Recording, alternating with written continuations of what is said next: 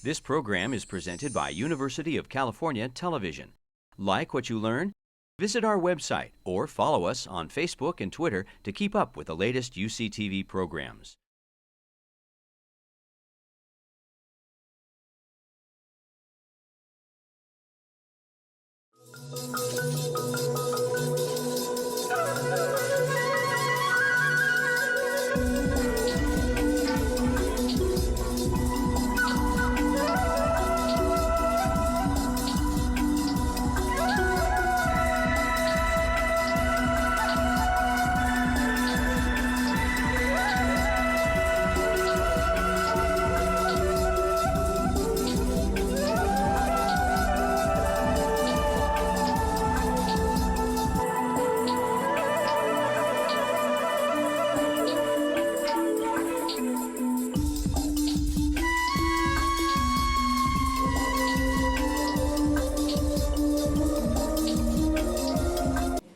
Thank you all for joining us this morning for the Winter Quarter Zurich Financial Services Distinguished Visitor Program on Climate Change. This program allows us to bring in distinguished scientists from around the world to teach a class and give public talks and work with students and faculty on a variety of issues in terms of related to the science of climate change. And we're delighted today to have Tom Srettenham from the University of Arizona. And Tom has the coolest title of any professor I've seen. I was at an event with him last night, and he has this tag on that says, Professor of Dendrochronology. And of course, I'm sure you're used to the fact of wearing that around in public, that nobody has any idea what that means. Or if they do, they make silly jokes like you being the Lord of the Tree Rings or things along these lines. I've heard that many times, I'm sure. But he's the Regents Professor and Director of the world's premier Center for Research and Education in Dendrochronology at the University of Arizona, and their Laboratory of Tree Ring Research in the College of Science. He's a global leader in the study of wildfire and climate history, which ties into the efforts here in the CIRI program in terms of a Bren School-wide research effort in climate change and fire. And he is focused on forest ecosystems, including studies of some of the most spectacular forests on the planet, our coast redwoods and sequoias along the California coast, as well as the world's most extensive conifer forests in Siberia. And his work in recent years has focused especially on the effects of increasing trends in drought and temperatures, so it's particularly relevant to what's happening in California these days on the forests in the western US and central Siberia. He's teaching a class at the Bren School called Pyrogeography and Policy, Wildfire and People on a Warming Planet, which is started on Monday, but from what I understand, there's still potential if students want to participate in that. And it's 4 to 6 p.m., the next class being later on this afternoon. And today, Tom is going to talk about reaping the whirlwind wildfire climate change in the western U.S. Please welcome Tom.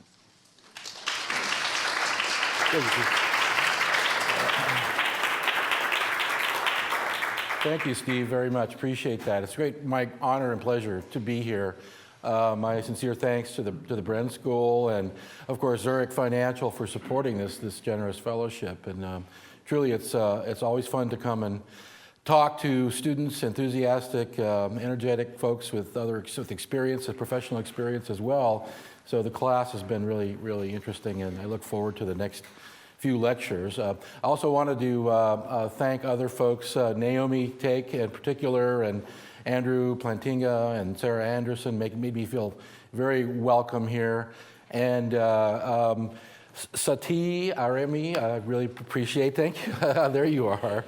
Thank you also for your help in coming. And Casey as well, and BJ, folks have just made me feel welcome, and I do very much appreciate that.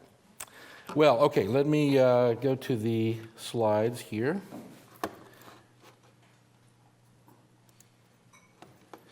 And as you will note from this slide, this opening slide, I do have a rather ominous-sounding title here to the presentation, Reaping the Whirlwind, which is actually, if you've up on your King James Version of the Bible, you might recognize that phrase, and I'll say something more about that in a moment.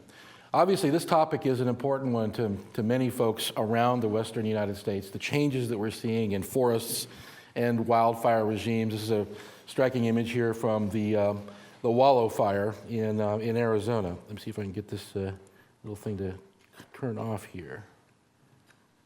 That little window. Yep, not sure how to turn that down. All right, well, didn't seem to run forward here. Let's see. Okay, now maybe it'll work. Here we go. Okay. So in addition to wildfire scenes like the previous slide, scenes like this one have become increasingly frequent across the western United States. It's a rather iconic image, of course, of a pyrocumulus cloud rising over Los Angeles. And indeed, most of our big cities have had these amazing events, even within city perimeters or nearby, reflecting these really large wildfire events burning into urban interfaces and affecting our watersheds and ecosystems. This is just over my own hometown in Tucson, Arizona, a large wildfire that occurred in 2003. Impacting, again, people and ecosystems profoundly. That phrase, if it wasn't familiar to you, it's from King James Version, for they have sown the wind and they shall reap the whirlwind. So this is you probably might be more familiar with the phrase, you shall reap what you have sown. And it's a bit of a metaphor here in the sense of changes that humans have brought to our environment and to climate and to our ecosystems, unintentionally or willfully in some cases, and these changes coming back to haunt us, right? And in the sense of climate and the wind, of course, is really a key element here in wildfires, and increasingly so, and this is a bit of a theme of the talk today. This image actually is a fire whirl. It's one of the many different kinds of vortex behaviors that occur on wildfires from the scale of a few meters to even kilometer scales, and wind being a key factor there, as well as dry conditions. Those of you who were fortunate enough to attend Tim Egan's talk last night are familiar with his powerful writings, perhaps, and also this other book, National Book Award winner, his the Worst Hard Time book on the Dust Bowl. And this is an interesting analogy, if you will, of fire and the changes in our forests as well, in the sense that people have changed their environments, increasing their sensitivity and vulnerability to climate change. In the case of the Dust Bowl, the story of the movement of millions of people or thousands of people to West Texas and Oklahoma, and the plowing of millions of acres of ancient prairie and during the wetter period of the turn of the century, late 1800s, 1900, wet time period. And they were very successful with dryland farming there. And it was a boom time. And then markets collapsed in the late 1920s, and it turned dry. And many of these farmlands were left fallow, bare, with no cover. And then the drought and the winds came, and vast clouds of dust came and blew the soil away and blew the people away as well. The fabulous, moving story. I recommend the book, Tim Egan's book as well. But it's this point of how we can increase the vulnerability of our landscapes through large-scale changes that we bring about. And the fire story has an analogy there. And the 1910 fires were this epical event that really galvanized the country.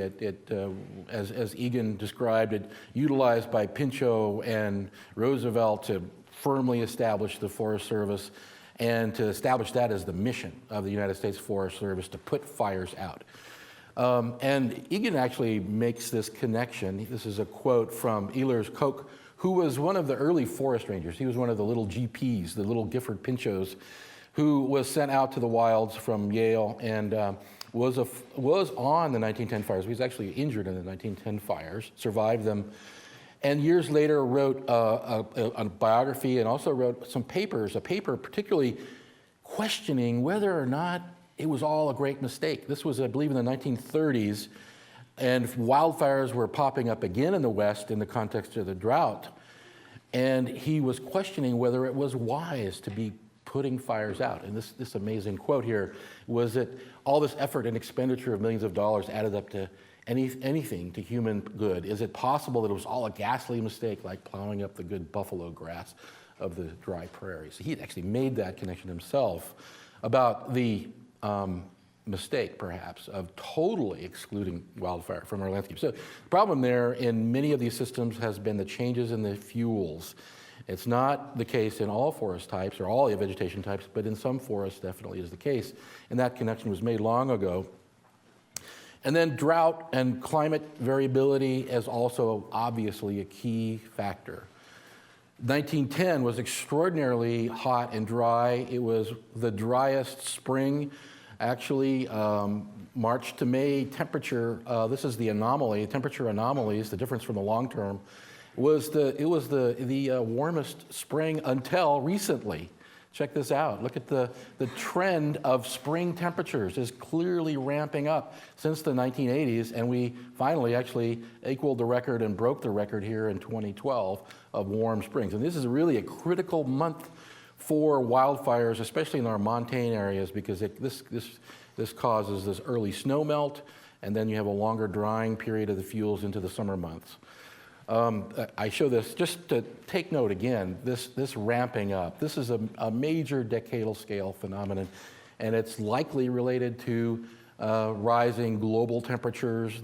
We can argue whether regional effects are distinguishable yet, but likely so. In any case, the record is clear. It's been warming across the continental United States, and wildfires have been ramping up during that time period. You all know this very well, living here in Santa Barbara in California today, an extreme drought, actually exceptional drought. This is February 25th drought monitor. You're in the bullseye here of the drought. Perhaps it's been moderated a little bit with the rain, but this is a longer term drought. It's actually going back over the Southwest and parts of California into the late 1990s. And indeed a hot drought. So lack of moisture, but also these rising temperatures compounding the problem. And obviously, everybody knows generally that when it's hot and dry, it burns. And there's a long-term history of this. Not only from the 20th century records, but from paleo records. Okay, so here's the dendrochronology part, a little bit of dendrochronology. Tree rings, my specialty. We've been able to reconstruct long-term histories of forest fire activity around the West from remarkable trees, and of course the giant sequoia, the amazing giant sequoia. This is the grizzly giant in Yosemite. Virtually all of the old sequoias, every tree over 1,000 years or so old has got a fire scar on it, or multiple fire scars, these big blackened wounds at the bases. And actually, if you look closely inside these cavities, these deep fire cavities, there are many scars. There are many different dates of wounds. I'll show you an example here in a minute. But we had an opportunity in the 1990s to work in the sequoia groves. We worked in 6 different sequoia groves with large chainsaws. You'll be happy to know, only on stumps and logs from the previous logging. And we reconstructed really long histories, 3,000-year long fire histories. This example, this is the display section that's in the parking lot in front of the General Sherman tree at Sequoia National Park, and we had the chance to surface that with belt sanders, put a nice smooth surface on it. We could see all of the whole section, which was unusual. We usually are taking smaller pieces with our saws, and this thing went back to about 200 BC. And the outer date was 1950. This tree was actually cut down by the Park Service because it was leaning over some cabins. And this tree had 85 different fire scar dates, 85 fire dates recorded in it, and very distinct scarring. This is actually an image of a fire-scarred Ponderosa pine from Yosemite. And this is kind of classic example of fire scars on trees The wounding is, it may be a little difficult to see, but there are lesions, there are black lines that come into individual rings, and we can see them under a microscope and date them to the year. And there's many, in this case, multiple fires separated by years to decades. There's one, there's the last one, 1896. And this is the kind of classic pattern we see in pine, Ponderosa pine, Jeffrey pine dominated forests across the western U.S. generally, is this long fire exclusion period at the end. 100 years, 50 to 100 years of anomalously long interval since the previous fire. And this is the Smokey Bear effect, if you will. Fire suppression having kept out these frequent surface fires that have burned in those kinds of forests. The sequoias are unique in that, we have thousands of years of record. Most of our pine records are 100 to 300 to 400 years long. But in sequoias, we got several thousand years of replicated record. Here I'm showing the last 2,000 years. And in this case, we were able to compare our fire scars from giant sequoias in red here. This is a fire frequency. That's a measure of fire frequency that's from the sequoias in red. And then the black dashed line here is actually from charcoal, from counts of numbers of charcoal particles in core, sediment cores. My colleague Scott Anderson from Northern Arizona University cored a number of the same groves, sequoia groves, where we had fire scars. And then using radiocarbon dating and counting the abundance of charcoal, he was able to develop long histories from charcoal. And then we compare those with the sequoia record, and you can see a pretty decent match for these kinds of data. It's actually pretty darn good. The key thing with the sequoia record, one of the key points, is that fire frequencies were remarkably high in the medieval period, from about 900 AD to around 1300 AD. Small areas, the size of this campus, basically the giant forest, we were finding fires burning over the majority of that grove about every 15 or 20 years. And in some places, even more frequent than that, and time periods, very frequent fires. And it drops off, the frequency drops off after about 1300 with some spikes. And then particularly notable is this period at the very end. After about 1850, there's very few fires recorded in the groves until the prescribed fire program was instituted in the 1970s and 1980s in the parks. And we've seen this kind of thing in other places around the West where we have sediment samples with charcoal and fire scar samples. Cases where we have one case in New Mexico with 7,000 years of fire history from charcoal, and the top 100 years of that 7,000 year period is virtually devoid of charcoal. And there's no other period like that in 7,000 years without fires occurring at the frequency they occurred before. And this is primarily due to livestock grazing. Initially, this was due to the introduction of sheep and cattle and removal of fuels, which I'll say more about here in a moment, and then fire suppression. But on the climate connection, the medieval period is especially dry. This is a network, this is a gridded set of reconstructions from tree ring width chronologies. It's a very evenly spaced grid here because they took about 1,000 tree ring chronologies of drought-sensitive trees, and they calibrated them with nearby drought indices, nearby instrumental-based records of drought. So each of those grid points has an independent drought history reconstructed with tree rings. You can access this on the web and download these drought histories, the North American Drought Atlas. Well, the West, this combined set of grid points is composited here to look at the percent of drought area back to 800 AD to the present. And here's the scary thing. Here's the medieval drought, which shows up as really multi-century periods of extreme droughts. This actually shows up in other kinds of records too, such as Scott Stein's work on lake levels in the Sierra Nevada. He shows that these were some of the droughtiest periods as well, with low stands of lakes in the Sierras. Keep in mind too, right, so this is the period of settlement of the western United States. The Southern California, depending on surface water, was during this anomalously, well, generally wetter period. Far wetter in general. Imagine if we were to shift into a period like that, which we might be, all right? This is really bad news. Sorry. I mean, even if climate wasn't changing, which it is, and probably mostly caused by humans with increasing greenhouse gas, even if that wasn't happening, there's a problem. There's a problem living in the western U.S. And with the climate system can lock into decadal and multi-decadal scale droughts. And we're really not adapted to that. And we were fortunate, well, I may be unfortunate, to develop to settle here during wetter time periods, but it may not stay that way. And fires are a part of the response of the system when it starts to get warmer. This is our larger network of tree ring sites over the western U.S. And we have composited now more than 800 sites. So all those little orange pins are where we have collections of fire-scarred trees, a dozen or 50 or more fire-scarred trees in a forest stand. And these are many different studies from many different researchers composited. And then we have the record from the tree ring width chronologies where we can map out the spatial patterns of drought with the ring width based drought reconstructions. So the brown here is reflecting the 1748 drought, the extent of the 1748 drought, and the red dots that are showing up here are the sites that showed fire occurrences in those fire history sites.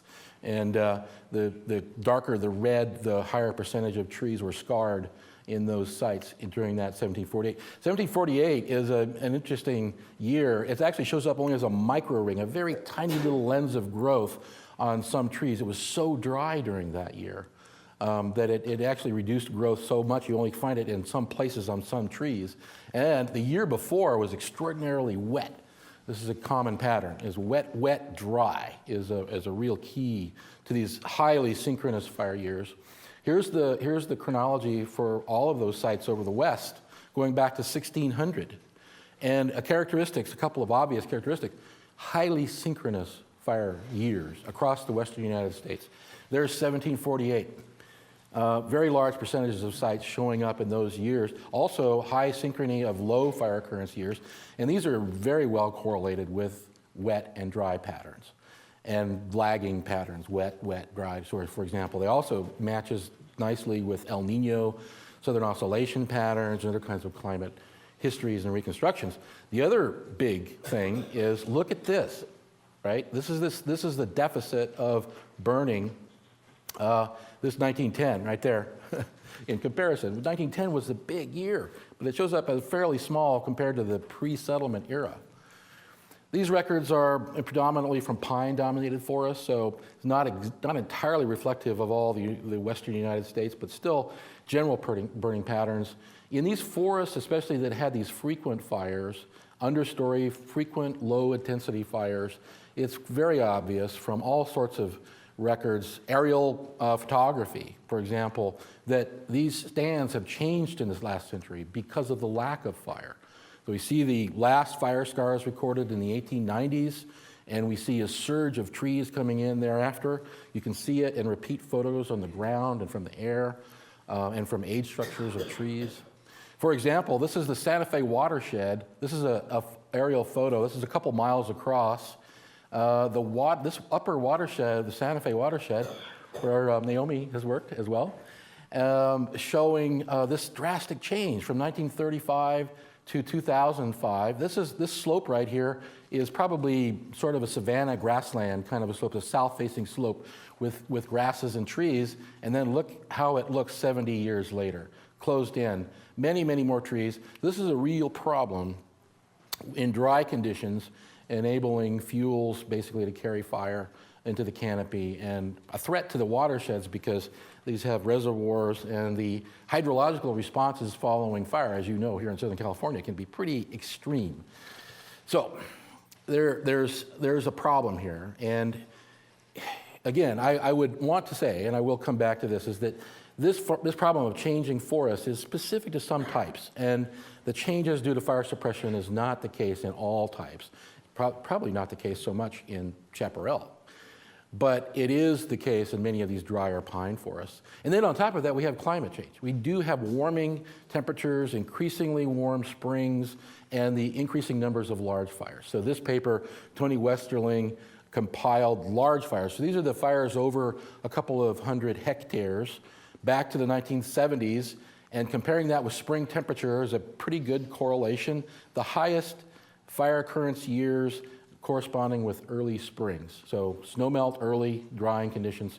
The most recent 20 years has 5 or 6 times more large fires than in the previous 20 years. And the fire season is about 2 months longer. So this 2-decade period has about more than 2 months longer beginning of large fires early in the year, and then when fires are finally put out at the end of the year. We've seen these changes pretty strikingly. So the temperature changes are clearly a factor. And on top of that are the nonlinearities. That this is what really concerns me, and it's actually part of my presentation here to talk a bit about these nonlinearities and the extreme responses. If you look on the right here, temperature anomaly. So these are the temperatures over that period back to the 1970s, the anomalies relative to the long term, compared to the numbers of these large fires. And so these little dots representing fire years and how warm it was in the spring during those years. And notice it's a nonlinear relationship. So as temperature rises, the response of more large fires doesn't just kind of ramp up linearly. It has inflection points. It increasing more rapidly as the temperature rises. This stands to reason, actually, because fire is a spreading process. It's a spatial process. It probably would be increasing at these scales for lots of reasons. Another one, besides the spatial aspects and spreading aspects of fire, is that as temperature rises, the atmospheric demand for moisture increases nonlinearly. So this is some work by Park Williams, who is a graduate of here. Some of you know Park, looking at vapor pressure deficit, which is a measure of how much moisture is that the air is lacking, but could accommodate given the temperature. So as temperature rises, the atmosphere actually becomes more of a sponge. It's actually able to absorb moisture out of soils and fuels more rapidly, more effectively. So there's a nonlinear change in evaporative demand, if you will. So nonlinearities and changes should be expected. I mean, we actually should expect surprise. We shouldn't be surprised by surprises. And this is true of fire behaviors. And so I think we may be beginning to see some of these things, these kind of changes. We see it in the rates of spread of fires. We are now seeing fires of hundreds of thousands of hectares, multiple examples across the West, when before 1980, these were extremely rare, going back to 1910. And certain behaviors like this one, this is a Las Conchas fire that burned near Los Alamos in 2011. You know how this thing is tilting like this? It's because it's being driven by wind, and it's also rotating. So this is a time-lapse sequence taken from Santa Fe, New Mexico by Michael Zeiler. He's taking a photograph about every 20 seconds from his Canon camera, 30 miles away. And note, these mountains here, these are about 10,000 foot tall mountains. You're looking at a huge plume that's a mile or two across, 30 or 40,000 feet tall. The smoke is actually going over Zeiler as he's taking this photograph. And notice the rotation. It's actually, you see it? If you can pick it out, it's actually rotating. There's rotation on it. And there's some other time-lapse images of this particular fire that from the other side, from the north side, and it's rotating the other way. So this one, it's a paired vortex. This side is rotating counterclockwise, and this side is rotating clockwise. It's what's called a horizontal roll vortex. It's kind of a scary thing, and because they move really fast, and as it's rotating, it's pulling wind into the front of the fire. All right, they're a little bit unpredictable, and they move very fast. This fire burned about 40,000 acres in about 8 hours, and at night, it was more plume-dominated at night, more vertical plume, and then collapsing. But it blew down through pinyon juniper woodland.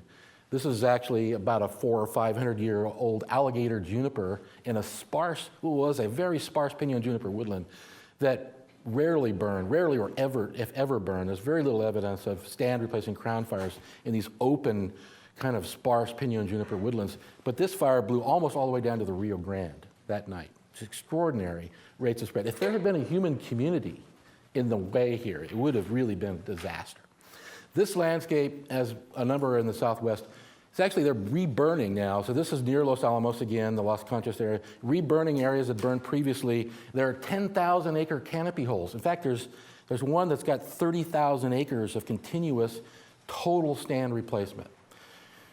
And nothing, there's basically no seed trees in there. And what's coming back are Gamble oak resprouting from its roots. So this landscape, we think, is being converted probably to chaparral, to shrubland. This is perhaps the future of large parts of the Southwest is actually becoming more like California, maybe, Southern California. So on the vortex and the connection with winds here, when I saw the Las Conchas fire burning, it reminded me of this old paper published in 1957 by Vince Schaefer. He was studying clouds and fire with Jack Dietrich, and they were up on the Mogollon Rim in central Arizona in 1956. And this fire ignited, this Dudley Lake fire ignited, and it blew across the Mogollon Rim in 6 or 8 hours with the wind driving it, and it was rotating. It was the first described horizontal roll vortex fire in the literature that I can find. And Schaefer made a connection, a somewhat loose connection, I would admit, with the jet stream. He was suggesting that the jet occasionally can basically low elevation members of the jet stream can come down and influence fires. And indeed, as the jet is directly overhead, this is not that unusual to have high wind speeds occasionally dipping down. If you remember Tim Egan last night talking about the extraordinary wind speeds in 1910. We don't really have, unfortunately, wind records from 1910 to know what was going on there with the jet, but it's possible that was related. What's going on with these HRVs, these horizontal roll vortices, has to do with wind shear, with really high speeds up high, and these plumes can reach near jet stream level, 30,000, even 40,000 feet. So very high wind speeds up high, and then slower wind speeds as you get down lower. So with the plume rising up, the top of the plume gets rolled over because it's being pushed faster than the bottom part. So you start getting a roll. And then with higher winds higher up, the horizontal roll splits, and you can get then the double vortex behavior. So there are different species of these things and have been observed. They're not well understood. There's sometimes single vortices and there's double vortices and different kinds of them that depend upon the terrain and the kind of wind that's blowing. But this is another example, the Wallow Fire, which is our biggest fire in Arizona to date. Again, what you can tell these by the plumes are laid down and being pushed versus the vertical plumes, like the one I showed you over LA, you've seen over LA. So those are more vertical where you get plume-dominated fires. These are wind-driven fires. The effect of the jet stream is suggested, actually, in this case of the Wallow Fire. The winds, in fact, the jet was positioned just off the coast of California with very high wind speeds and then looping up around through Arizona and New Mexico. So this is showing the directions and the wind speeds right during the days when the Wallow Fire was really exploding. And what you have here in the background is the Haynes Index, which is a fire index measuring dryness and also instability of the atmosphere. And 6s and 5s are really extreme. So there does seem to be a jet stream effect, at least partly. And this is really preliminary work I'm talking about here. We haven't fully analyzed this jet stream effects, but there's a number of interesting connections. And one of them I want to make really briefly here. It's again on the sort of preliminary science side of things. This is actually old science. This is the classic description of the jet stream and explanation of the patterns of the jet by Carl Gustav Rosby. Here's the man. So this is actually, when was the last time a climatologist had his photo on the cover of Time magazine? 1956. It's really a great article, actually. And he's really one of the fathers, the godfathers of modern climatology. He worked out the equations, explanation of how the jet stream works and why you get this river of fast-moving air around the northern latitudes as a function of the gradient of temperatures between the equator and the pole. So this gradient plus the Coriolis effect creates a moving river of air. And he actually derives equations that would predict that the magnitude of the gradient will predict the speed of the jet stream, and the speed of the jet stream will predict how many waves there will be in the jet stream, how many oscillations. These are the so-called Rossby waves. So when you have a very steep gradient with lots of ice cover in the wintertime, and even maybe more persisting through the summer, then you have a steep gradient, then the jet is very zonal. It's very fast, and it's going to move zonally.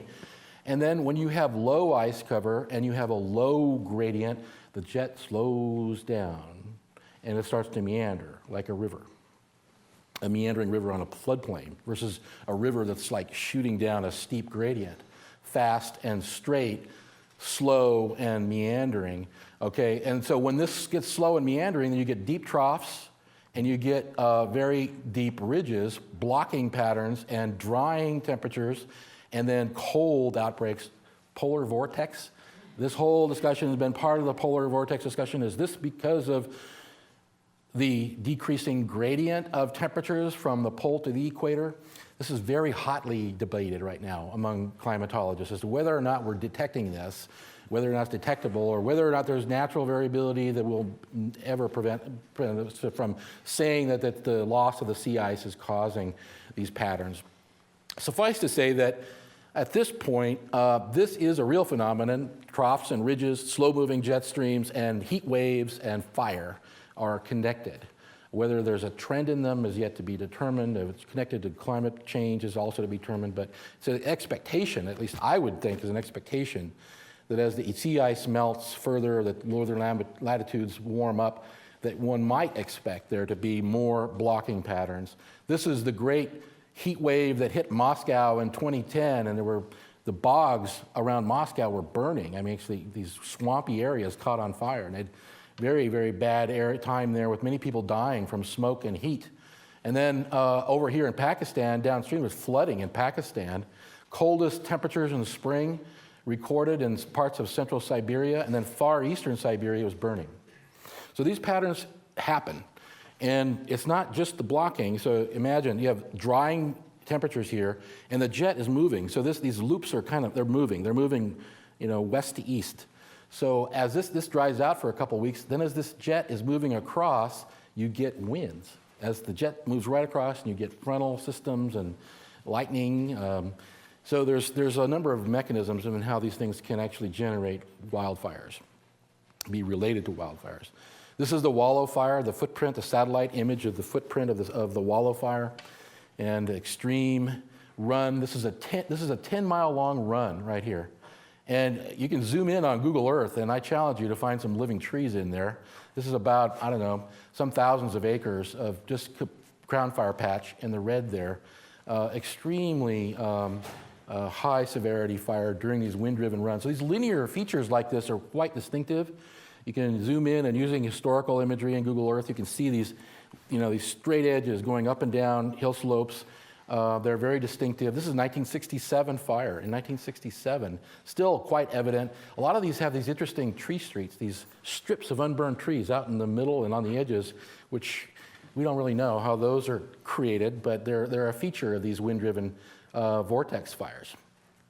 So I took the atlases, the fire atlases from the Southwest, going back to the 1970s. So this is the perimeters of areas burned, and I used historical imagery, and I identified as many of these obvious wind-driven fires as I could, and I came up with 161, so a pretty small minority of the total, but 161 clearly obvious wind-driven fires, and I measured their lengths and their directions, and this is what I get is they're very consistently southwest to northeast, which is the kind of classic jet pattern during the spring and early summer months. And notice that this is a log scale, so that's 10 miles length. So these are the run lengths along this axis. So the fires that exceeded 10 miles long, these runs that are exceeding 10 miles long, are pretty consistently the recent decades, but also a few from the droughts of the 1950s. those blue ones there. And this is the trends in numbers of those runs and their average lengths, so by decade. So this is the mean length of these wind-driven runs by decades, and then the bars are the numbers of these runs, these wind-driven fires by decades. Before 1970, we're not so sure about these data here. So the trend is really, I would have confidence that this trend right here, this is an incomplete decade. So these things are increasing, which makes sense, I think, given the changes in temperature and the changes in fuels. So changes in fuels. I want to be sure to leave you some time to interact here, a little bit of questions. What do we do about this? Well, there are some solutions. It's very place and time specific. This kind of thing, mechanical treatment or prescribed fire, is appropriate only in some ecosystems. I think it is appropriate in many of our pine-dominated ecosystems, and especially in wildland urban interface areas and really valuable habitats and watersheds that we need to mitigate the risk. And you can mitigate the risk. There are compiled meta-analyses and compiled studies now to show that, in general, these treatments can be effective. They're not always effective, but in general, the pattern is that they can be in the right circumstances. This was actually, go back, this is the case of the Wallow Fire came over the rim here. They had treated this area right here, so there was actually a backing down the slope, which is good. But they were able to put handline and slurry drops in here, and they saved this wildland urban interface neighborhood. So that's just the anecdotal example. But again, there are some composited analyses of many different cases that generally show that it can be effective, but not always, especially when you've got wind. And especially in the types that you live in. Chaparral, with the fuels that you have here, and the close proximity that you have to your homes. I think Carla sent this to me some time ago, and I think you said when you sent it, I'm not sure if this is photoshopped or not, because it's got all of the elements in there, There's fire, there's people, there's planes. Cool image anyway. But yeah, this is the problem. People in really flammable landscapes where fuel treatments probably not ecologically justified, because these types burn catastrophically, and they always have burned catastrophically.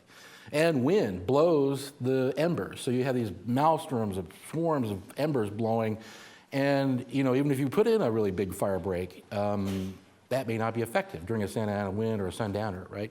So the fuels issue is much less clear here about whether you can mitigate the risks as much or at all in some cases. Quickly, before I stop, I wanted to show you, just give a brief of this recent study that my colleague Keith Lombardo, who's now Chief of Natural Resources at Cabrillo National Monument in San Diego, he's coming up today to join the class and tell more about this story, working with these amazing big cone Douglas firs. So these are these Douglas fir trees that live in the sea of chaparral, right here in your forests. These are amazing trees. They're the most fire-adapted conifer I have ever seen. And this is the Zaca fire with totally nuked landscape, and then look, those are big cone Douglas fir. So these guys get burned up. They burns up the canopy. You can have total canopy kill of these trees, and they just resprout. They just resprout little branchlets from the stems. And they do this repeatedly. That's amazing. They have really thick bark. These guys are survivors. Extreme survivors.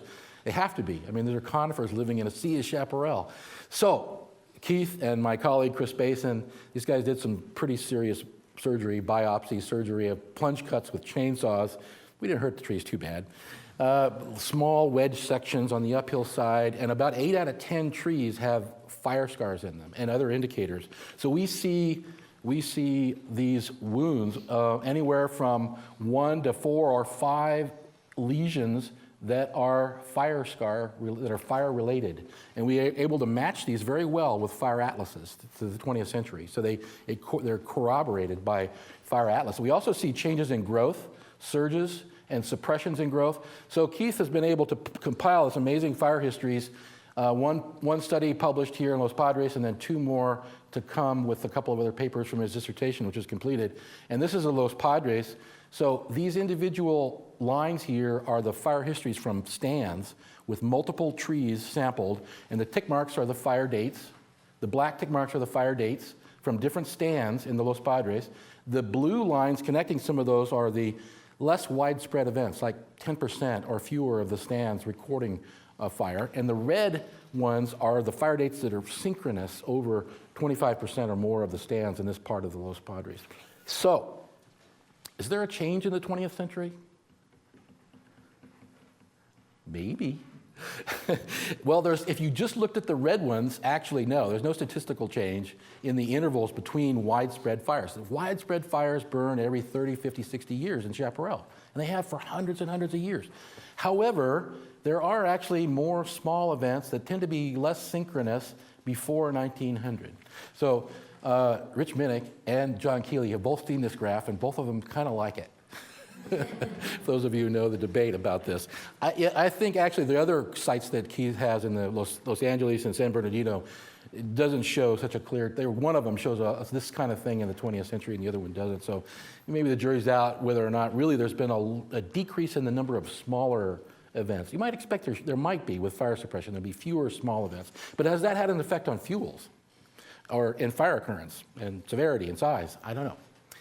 Last couple of things. This is a little more on the apocalyptic side. And again, the whirlwinds, this is a phenomenon, and they occur at different scales. There was actually an event here in the Los Padres that resulted in injuries to some firefighters. Check this out on YouTube. It's actually a lessons learned YouTube that shows, there's some video of the footage and tells what happened. Firefighters need to be cognizant of this.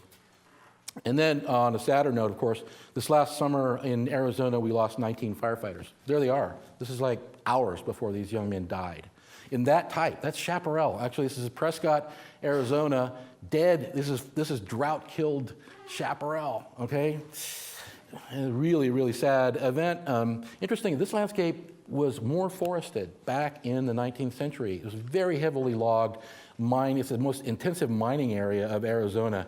And so a lot of this area was formerly forested, converted to chaparral because of human actions. And next to last, I think, is, this is where we really do need to take this seriously. This is not just about firefighters, it's not just about watersheds, it's about people. People are being killed in Australia. In 2009, over 170 people were killed. 400 injured in 2009. Tasmania had an incredible firestorm. Check this out on The Guardian. This is an awesome multimedia story of the newspaper The Guardian that interviews this family and what happened. They barely survived, and the grandfather was just literally jumped into the lake at the last minute while the grandmother and kids were waiting there. So this is, this is a bit apocalyptic, but changes are coming. What is it going to take for us to respond properly? It's going to take different kinds of actions, different places. Dealing with greenhouse gases is really important. This paper, Park Williams' paper, is looking at the distant into the 30, 40, 50 years from now using downscaled models of warming temperatures, and the picture's not good. One of the punchlines from this study that Park and a group of us just published is that by 2050, the average springtime temperatures, the average drought conditions, are equivalent to the drought conditions of the mega droughts of the last 1,000 years, the most extreme mega droughts of the last 1,000 years. The average conditions, as predicted by about a dozen downscaled regional climate change models. Let's hope the models are wrong. I suspect they're not entirely wrong. Let's do something about it. Thank you.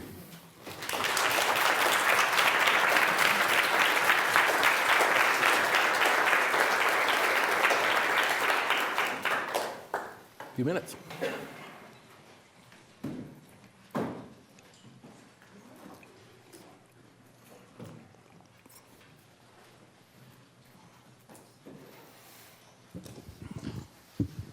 Thank you very much, Dr. Swetnam, for your fascinating talk. You showed a very compelling and concerning graph showing the increase of wind-driven fires, increasing in frequency and length over time. Right. And just taking it on face value, you think, wow, that's a little bit scary and we'll have to deal with it.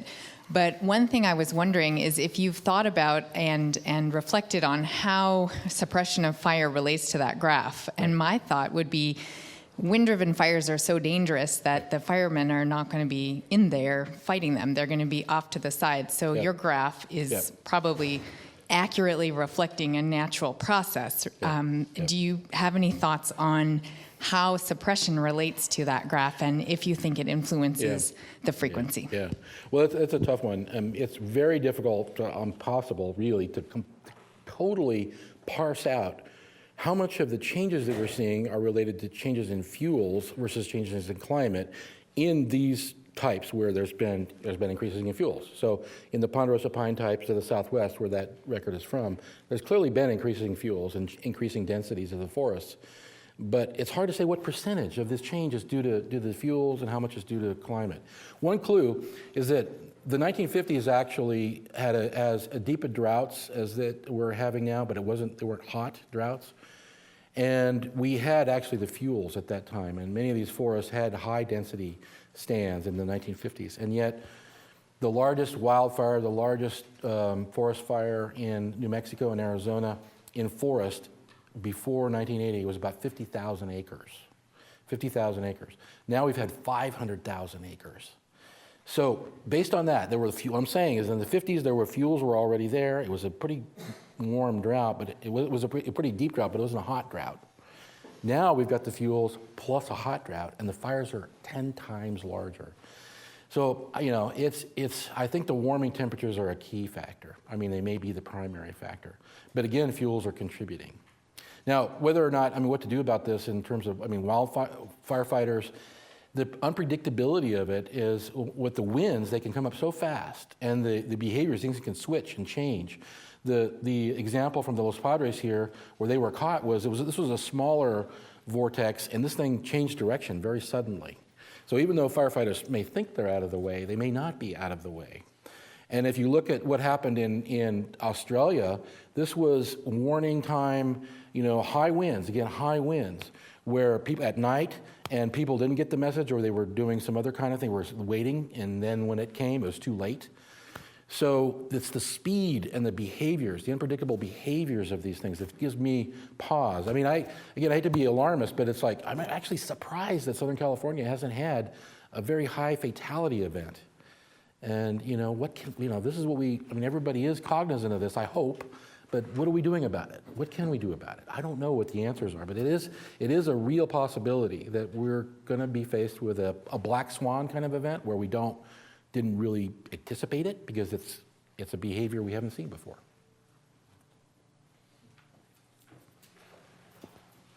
So you're emphasizing the human factor in fires. Well, how do you tease out the fact that we have more people living in the wild and urban interface than ever before? And so now we have so many more ignitions than in the past. Yes. Yeah, this is the Southern California case is that for sure. You see that as populations have increased, the number of ignitions have greatly. Is that me?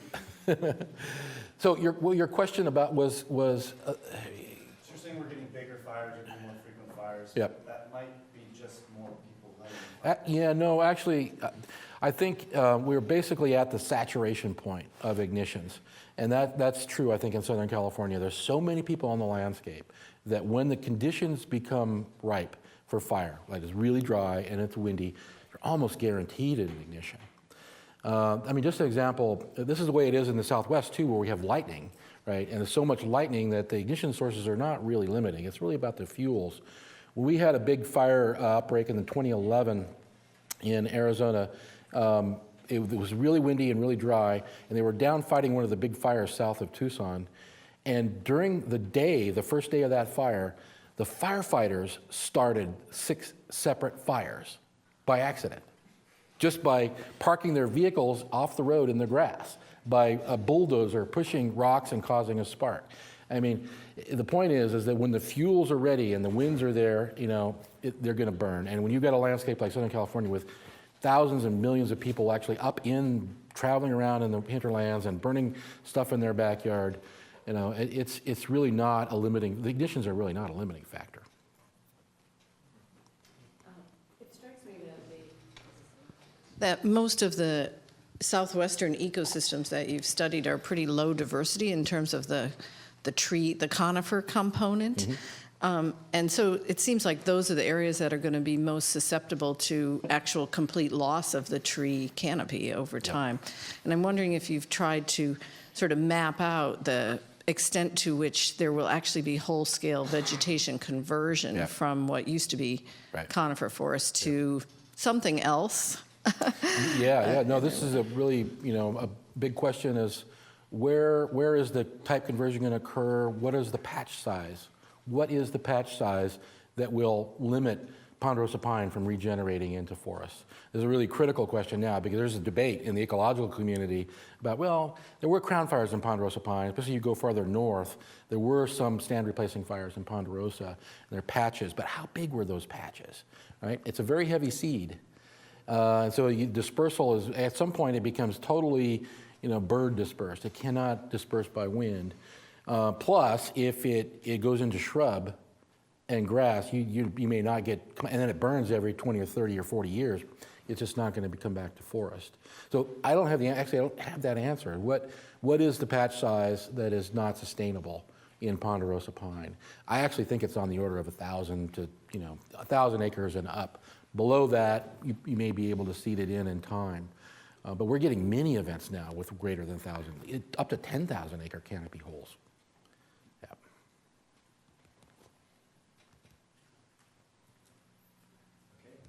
Tom for a great talk, and Tom will be around for another 10 days.